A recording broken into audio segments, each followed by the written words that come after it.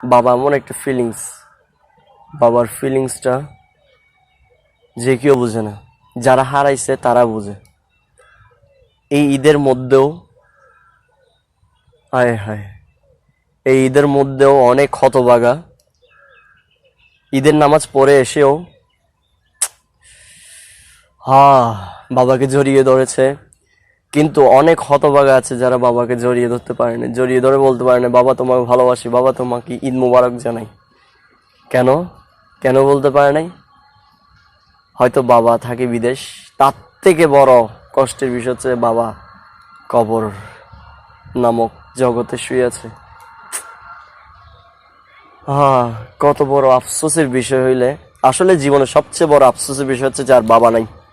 আমি যেটা মনে করি, আমি চরিত্র যেটা মনে করি, ঠিক না? আমি মনে করি জীবনের সবচেয়ে বড় আফসোসের বিষয় হচ্ছে যে যার বাবা নাই।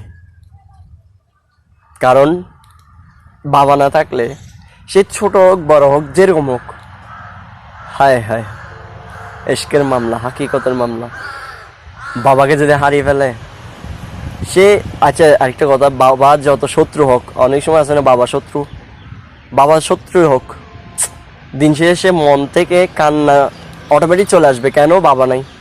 কেন বাবা নাই? কারণ বাবাটা এতদিন সংসারটা চালিয়ে নিত, এখন বাবাটা হারিয়ে গেছে, সংসারটা চালিয়ে নিবে কে?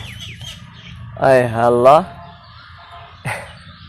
এই হতভাগাদের দোয়া আল্লাহ কবুল করো।